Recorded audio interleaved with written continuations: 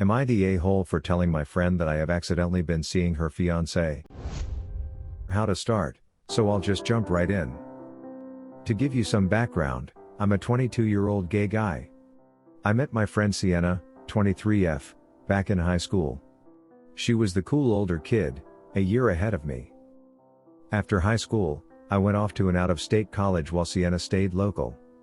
We kind of drifted apart, except for the occasional happy birthday and Merry Christmas texts. So, you can imagine my surprise when my mom texted me a few months ago, saying that a wedding invitation from Sienna had arrived at my parents' house. Sure enough, a quick text to the bride confirmed that she was getting married. Her longtime boyfriend, Marcus, 25M, had finally proposed.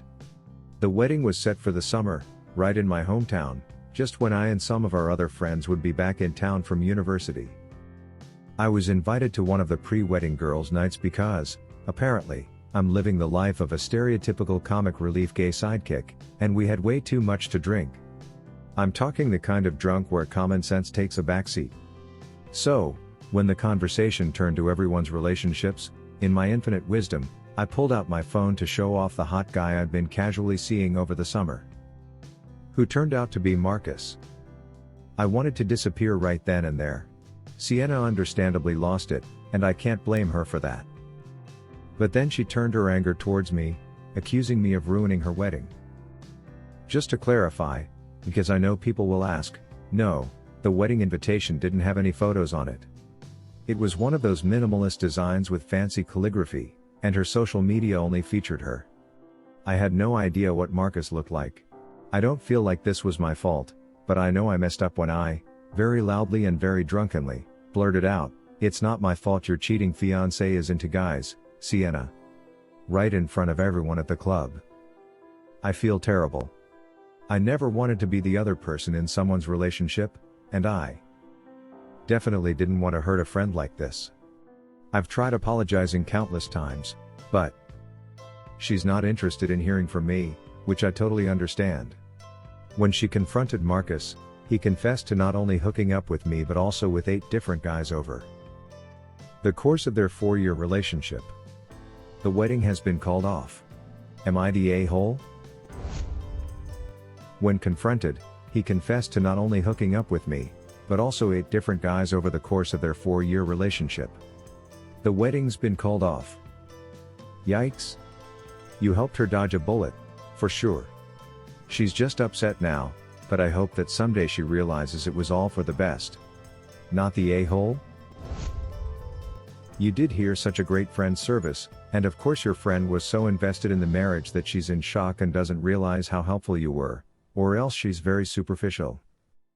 Or she's emotionally wrecked, doesn't know what to do, how to feel, how to act, so she's lashing out where she can, namely, the friend who completely, totally, unknowingly wrecked the girl's world. That kind of stuff takes time to work through. Op needs to let go of the guilt since this is entirely not his fault.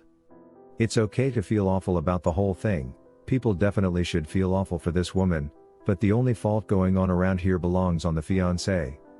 But, Op is the visual image of the moment everything went south, and that is just hard.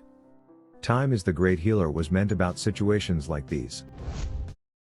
Are you really expected to run every boyfriend or potential partner through facial recognition to make sure they're not connected to someone you once knew, like from high school? Honestly, Sienna needs to show some maturity. I understand it was an emotional situation, but that doesn't excuse blaming you for something her fiancé did. You're single, and you had no idea. An initial reaction is understandable, but accusing you of ruining her wedding is over the top. Her fiancé's actions are what damaged the relationship, not you. It's better to have a disrupted wedding than a marriage built on lies and betrayal. In a way, she should be grateful that you unknowingly revealed the truth. Now that she knows about her ex-fiancé's other relationships, I wonder if she's more upset by the cheating itself or just overwhelmed by the whole situation. As for your comment, yes, it wasn't ideal, but you were drunk and under attack. You spoke out in the heat of the moment. Are you supposed to just sit there quietly while she lashes out at you? Of course not. I kid you not, I was a wedding DJ in a past life, and at one event, no one showed up at the right time. The food was out, the equipment set up, but no one from the wedding arrived.